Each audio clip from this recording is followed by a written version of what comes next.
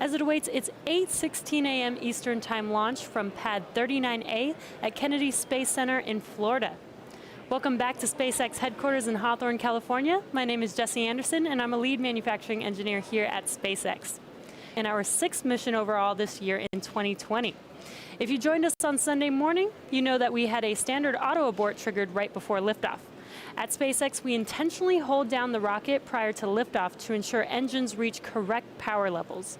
On Sunday morning, we had an out-of-family engine reading, which caused an automatic abort. Typically, we would try again the next day, but today was the first available day on the range, so here we are. As a reminder, today we're launching a set of 60 Starlink satellites. Starlink is designed to provide high-speed, low-latency internet all over the globe, particularly in remote or rural areas where connectivity is limited or completely unavailable. Today's mission will also be the first time we are flying a booster for the 5th time. The most recent flight of this booster was our 2nd Starlink mission back in November. Just like our first stages, we're also starting to reuse our fairings. Today we're flying a reused fairing which previously flew on our first Starlink mission. With that, all systems are go for an on-time liftoff this morning. Hello, my name is Michael Andrews and I'm a supply chain supervisor here at SpaceX. And this is our Falcon 9, vertical once again at Launch Pad 39A down at Florida's Kennedy Space Center. The bottom 2/3 of the vehicle, the part of the vehicle that looks to be covered with soot, is our reflown first stage. This first stage uses its 9 Merlin M1D engines to power the vehicle through the Earth's atmosphere out to the edge of space. And today we'll be attempting to recover that first stage again, actually for the 5th time on our drone ship, Of Course I Still Love You, which you can currently see. It's stationed about 350 nautical miles northeast of the Cape.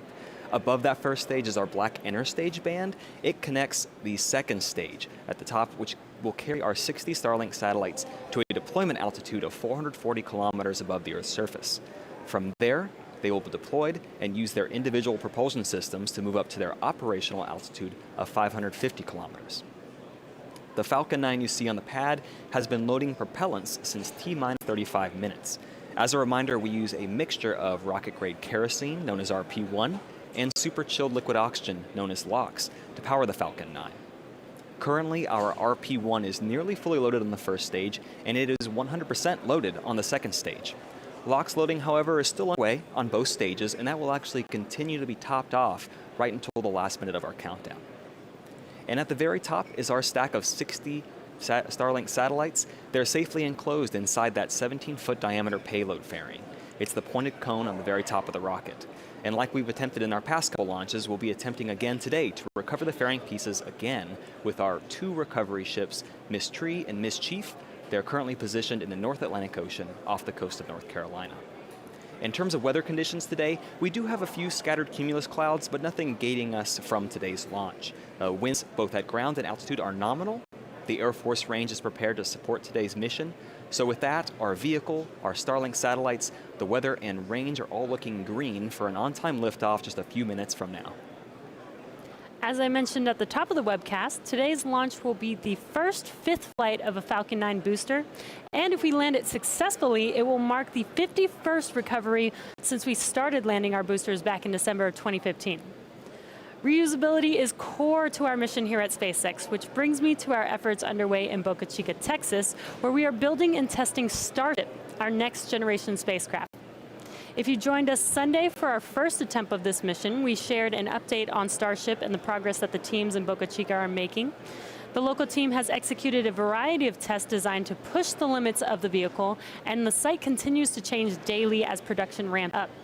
We have a series of upcoming static fire and short flight tests with our serial number 3 test article, and longer flights with serial number 4, but ramping up our Starship and Raptor production line is what matters most.